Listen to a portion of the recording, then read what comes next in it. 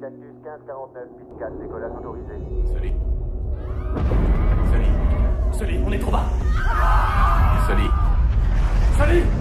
Nous venons de regarder le nouveau film de Clint Eastwood, Sully, en avant-première. Et j'ai beaucoup aimé le film parce que je l'ai trouvé très intéressant parce que on aborde vraiment le côté psychologique d'un pilote.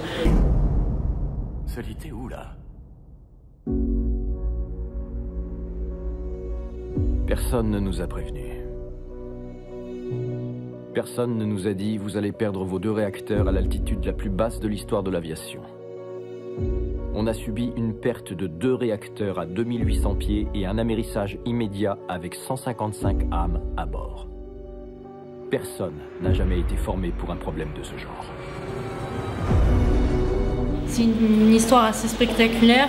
Un crash aérien, un amérissage réussi comme ça, c'est pas tous les jours.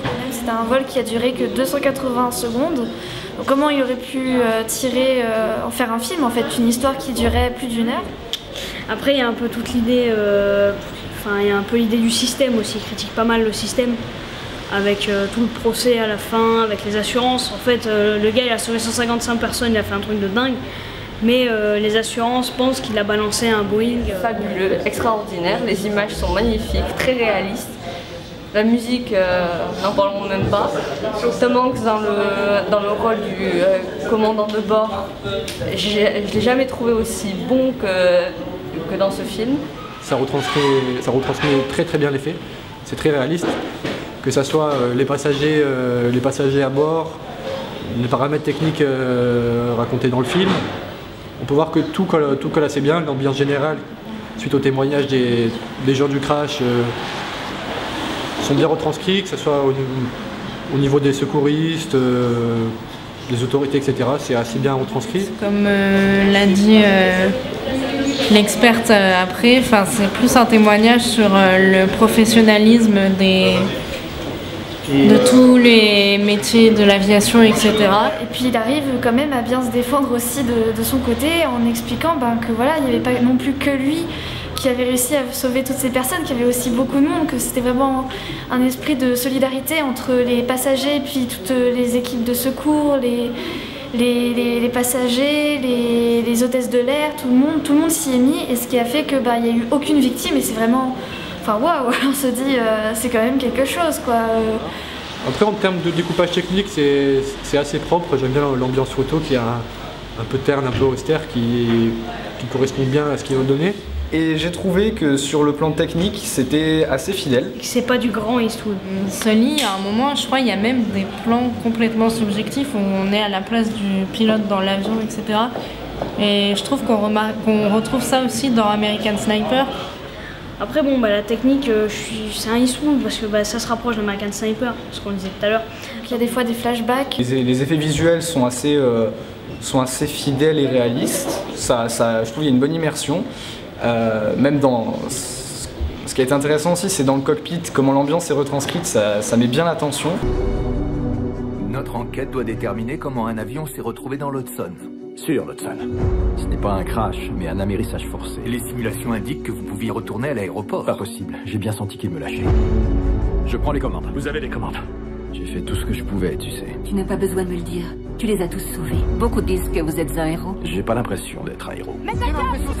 Ça fait déjà assez de bruit comme ça dans la presse. Je suis dépassé par toute cette attention. Le moteur gauche était toujours opérationnel. Et si j'ai vraiment fait une erreur? Si j'ai mis en danger la vie de tous ces gens? J'ai un A320 qui plonge dans le fleuve. T'as fait ton maximum. T'en as fait plus qu'assez. À quand remonte votre dernier verre, commandant? Y a-t-il des tensions à la maison? Par contre, ce que j'ai trouvé étrange, c'était toutes les visions qu'il a fait toutes les visions qu'il a eues après le crash, où il voyait l'avion qui continuait sa route entre guillemets vers les buildings et qui explosait carrément en pleine ville. Donc peut-être que c'est rapprochement si jamais il avait fait comme les procédures lui indiquaient, de continuer sa route tout droit, de pas s'arrêter sur la rivière en fait. J'ai déjà regardé plusieurs documentaires à propos de cet événement et tout a l'air tout à fait logique et c'est franchement très intéressant. Et surtout là on a un élément qu'on n'a pas dans les documentaires, c'est la confrontation entre l'équipage et les membres du NTSB et de la compagnie qui à la base souhaitaient attaquer le commandant Sully et le copilote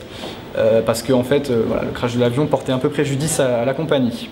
Non mais voilà, enfin, je sais pas, après, je vais pas retenir ça comme film d'Eastwood, désolé. Hein, mais... Et j'ai adoré chaque moment qui a été mis dans ce film. Et voilà, on peut dire que c'est quand même un bon film, mais il n'apporte pas une touche spéciale due au sujet du film lui-même, je pense. La reconstitution, d'après les bonus, il a vraiment fait sur l'Hudson, tout ça. Donc ça, ok, ça je suis d'accord. Ok, respect. Mais après, pour moi, c'est pas une connerie, c'est pas Eastwood, c'est juste l'histoire qui était un peu trop sobre pour en faire un film. Le côté psychologique du pilote, c'était vraiment cool parce que on se pose plein de questions par rapport à ce personnage. En fait, tout le monde lui dit ouais, pourquoi tu t'es posé sur le fleuve. On se demande si c'était voulu ou pas, s'il avait vraiment le choix ou pas. Ils ont réutilisé les mêmes dialogues qui ont été vraiment dits pendant les enregistrements. À la tour de contrôle, c'est quasiment la même chose, à 2-3 petits détails près. C'est le commandant qui vous parle. Préparez-vous à l'impact. Quoi? Oh non, c'est pas vrai. Crispez-vous sur le siège avant. Il y avait 155 personnes dans cet avion.